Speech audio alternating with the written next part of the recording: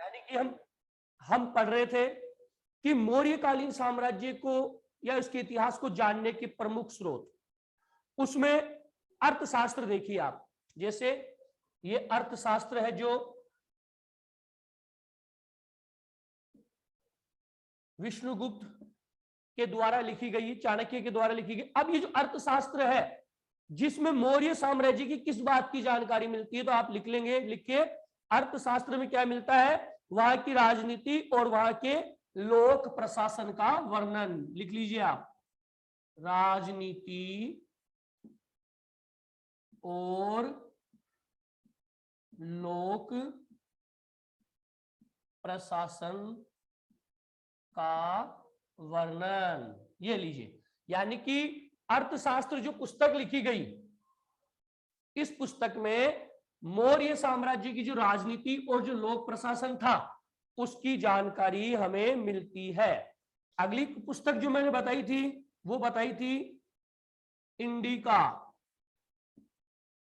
किसके द्वारा लिखी गई थी, मेगास्थनीज। मेगास्थनीज के द्वारा लिखी गई थी। मेगास्थनीज कौन था, राजदूत। कहाँ का, राजदूत। कहाँ का राजदूत था, यूनान का राजदूत जो चंद्रगुप्त मौर्य के समय में यहां आया था। ठीक है, तो इंडिका किसकी करती है, आपके मेगास्थनीज की। ठीक है, इसमें कंप्लीट मौर्य साम्राज्य का वर्णन है, मौर्य साम्राज्य का वर्णन, ये लीजिए। यानी कि इंडिका में जो मौर्य साम्राज्य है उसके बारे में जानकारी मिलती है। अगला मैंने लिखाया था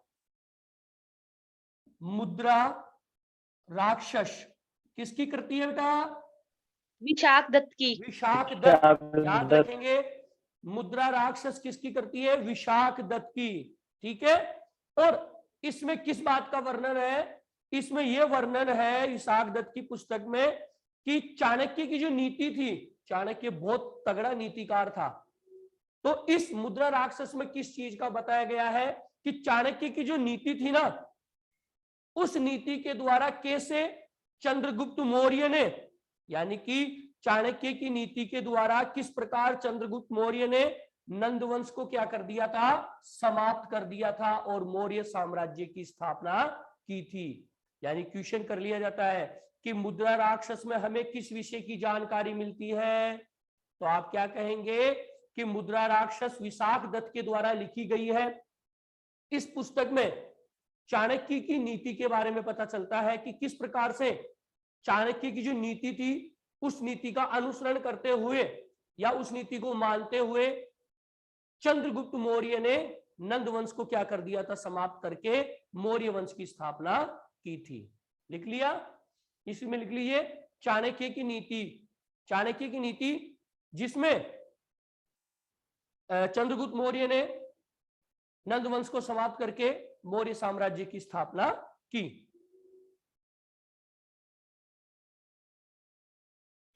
फिर कुछ ब्राह्मण ग्रंथ,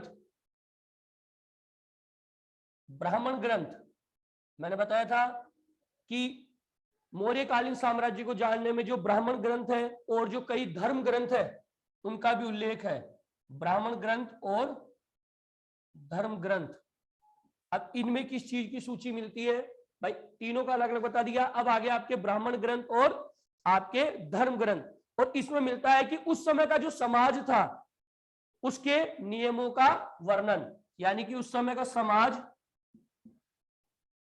व नियमों का वर्णन, यानी कि उस समय का जो समाज था वो कैसा था और समाज के लिए क्या क्या नियम बने हुए थे, इस प्रकार का उल्लेख किसमें मिलता है, उस समय के जो ब्राह्मण ग्रंथ और धर्म ग्रंथ थे उसमें इस चीज का उल्लेख मिलता है। ठीक है, ये चीज हो गई। अब देखिए मौर्यकालीन साम्राज्य में बहुत से शासक आए थे, बहुत से शासक, जिनमें सबसे प्रसिद्ध जो शासक रहा वो रहा अपने सम्राट अशोक। और ये कहा जाता है कि सम्राट अशोक पहले ऐसे शासक थे जिन्होंने जिसने क्या किया, अधिकारी और प्रजा के लिए, यानी कि अशोक एक पहला शासक था जिसने अपने संदेश सार्वजनिक रूप से रखे।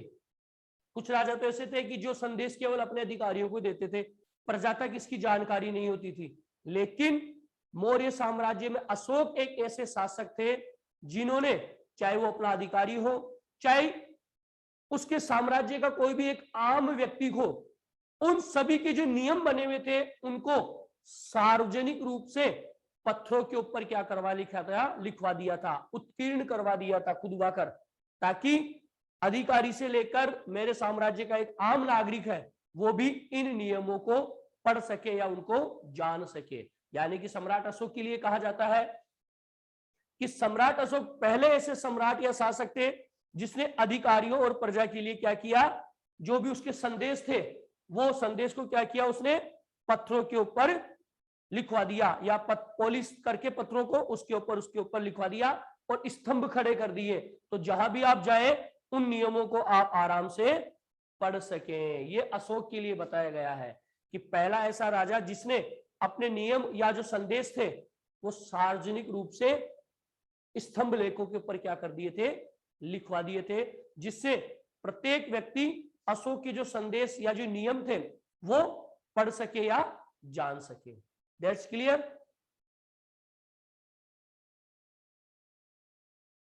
ठीक है बेटा? Yes sir. ठीक है। और एक चीज और है, अशोक ने अपना एक धर्म चलाया था, धम।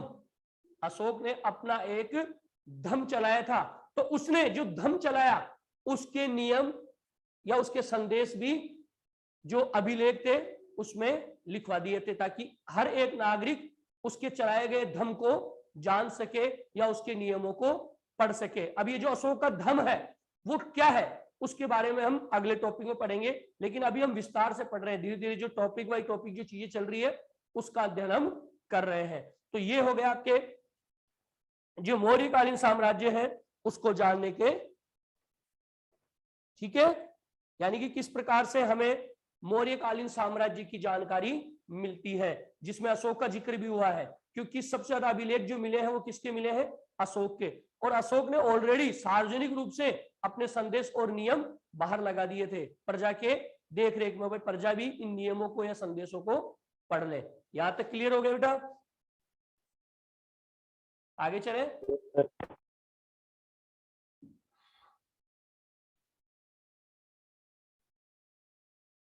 अगला जो टॉपिक आपके आता है वो आता है मौर्य साम्राज्य में प्रशासन। मौर्य साम्राज्य में प्रशासन, ये लिख लीजिए आप, मौर्य साम्राज्य में प्रशासन, यानी कि मौर्य साम्राज्य के समय जो प्रशासन था वो कैसा था।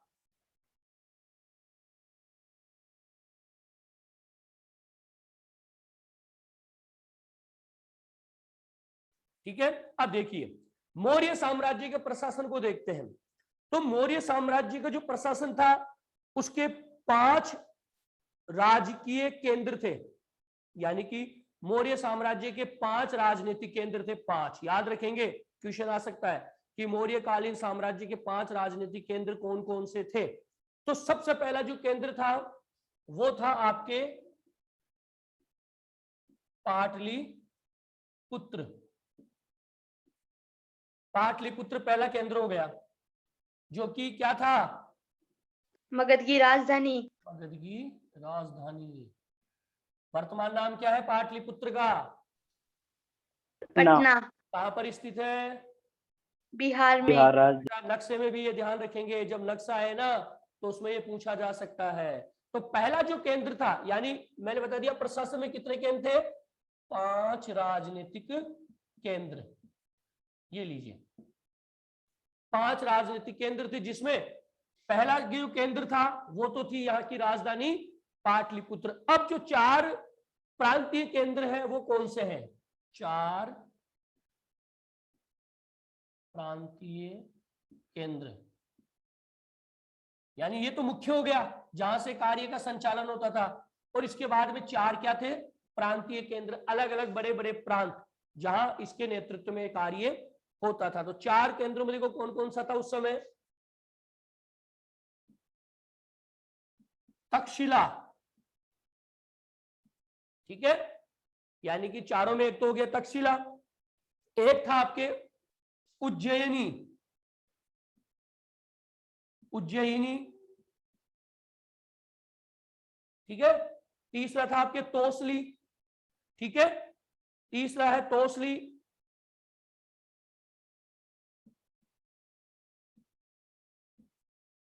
चौथा है सुवर्णगिरी, यानी कि 4 ये प्रमुख केंद्र थे। सुवर्णगिरी, ये लीजिए आप, 4 प्रांतीय केंद्र हो गए और एक इसकी हो गई राजधानी। तो ये 5 राजनीतिक केंद्र थे, याद रखेंगे आपको, तक्षशिला, उज्जयिनी, तोसली और स्वर्णगिरी। कोई बता सकता है कौन सी जगह कहां पर स्थित है?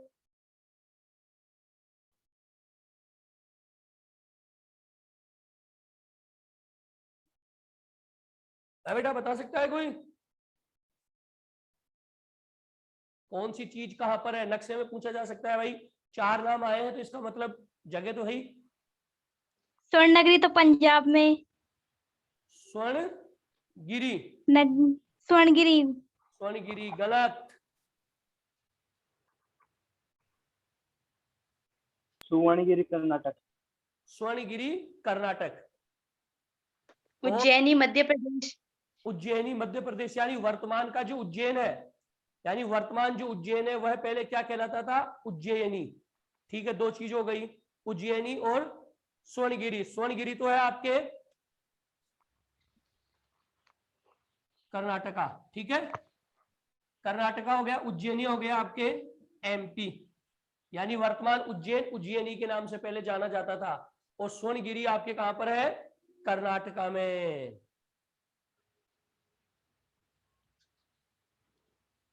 बताइए। और तक्षशिला कहां है? पाकिस्तान। पाकिस्तान, यानी पाकिस्तान का जो पंजाब प्रांत है ना, वहां पर है ये तक्षशिला। और अभी वर्तमान में जो रावलपिंडी जिला है, रावलपिंडी जो जिला है वहां पर है ये तक्षशिला, यानी तक्षशिला वर्तमान पंजाब प्रांत पाकिस्तान रावलपिंडी जिले में है, ठीक है। उज्जैनी हो गया मध्य प्रदेश में। तोसली है आपके उड़ीसा, उड़ीसा में एक जगह है भुवनेश्वर, भुवनेश्वर, ठीक है, वहां पर है। और ये कहा जाता है कि ये उस समय किसकी राजधानी थी? कलिंग। कलिंग का नाम क्या है वर्तमान? उड़ीसा। ठीक है, यानी कहने का मतलब जो तोसली थी वो उस समय किसकी राजधानी थी? कलिंग की राजधानी। और वर्तमान में यही कलिंग क्या कहलाता है? उड़ीसा। तो चारों जगह का पता लग गया ना कि 4 प्रांतीय केंद्र तक्षशिला, उज्जैनी, तोसली और स्वर्णगिरी। देखो बेटा, ये स्वर्णगिरी का मतलब क्या होता है? स्वर्ण का मतलब सोना और गिरी का मतलब पर्वत। पर्वत, तो किसका पर्वत? सोने का पर्वत। स्वर्णगिरी का मतलब बेटा, स्वर्णगिरी बोले तो सोने का पर्वत। और एक चीज आपको पता है कि भारत में अगर सोने की कान कहां पर है तो वो है आपके कर्नाटका। किस जगह? कोलार, कोलार है ना। तो ये ध्यान रखेंगे आप, ये चीज हो गई 4 प्रांतीय केंद्र। यहां तक समझ में आ गया? Yes sir. Yes sir.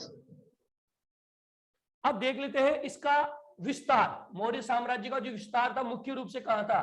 तो सबसे ज्यादा मैंने आपको एक चीज बताई थी कि जो अशोक के अभिलेख है उनके अनुसार, यानी अशोक ने जो अभिलेख लिखे उसके अनुसार जो एक्चुअल में इसका विस्तार बताया है मौर्य साम्राज्य का, वो आपके बताया है कि अशोक के जो अभिलेख थे उसके अनुसार पाकिस्तान के पश्चिमोत्तर, यानी पाकिस्तान के पश्चिमोत्तर, यानी पाकिस्तान का पश्चिम भाग, यानी पाकिस्तान का पश्चिम भाग ले लो, वहां से लेकर आंध्र प्रदेश, एपी, आंध्र प्रदेश यानी कि पाकिस्तान का पश्चिमी भाग, बिल्कुल लास्ट कॉर्नर पाकिस्तान का, वहां से लेकर सीधे आ जाओ आपके आंध्र प्रदेश। आंध्र प्रदेश से हो जाएगा उड़ीसा, और उड़ीसा से उत्तरांचल, उत्तरांचल। ठीक है, यहां तक यानी कि ये कहा जाता है कि अशोक के अभिलेखों में जानकारी मिली है कि जो पाकिस्तान का पश्चिमी उत्तर क्षेत्र है, वहां से लेकर आंध्र प्रदेश, आपके उड़ीसा, आपके उत्तरांचल तक, हर स्थान पर एक जैसे संदेश उत्कीर्ण हैं, एक जैसे संदेश।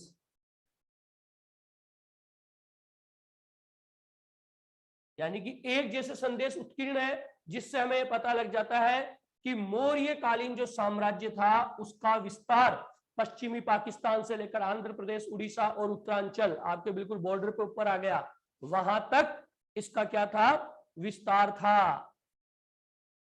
ठीक है बेटा,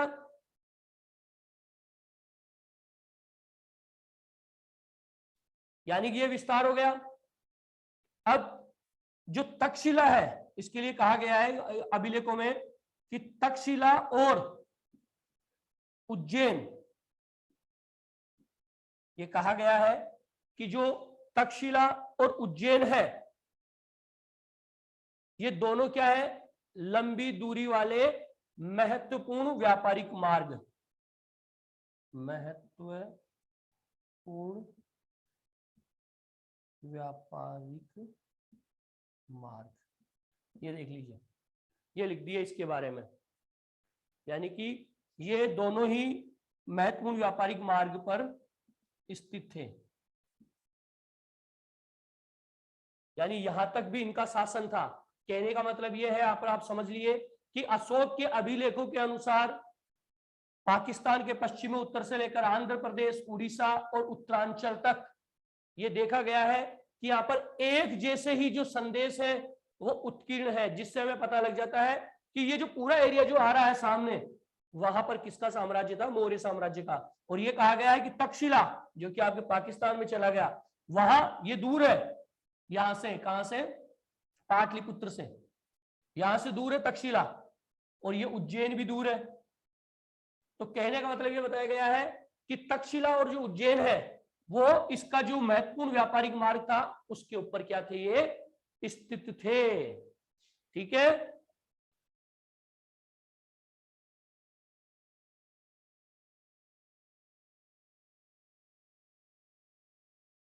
लिख लिया बेटा? Yes sir. ठीक है, अब लिखो, अब एक एक का थोड़ा देख लेते हैं। जैसे ये तो हो गया तक्षशिला और उज्जैन के लिए।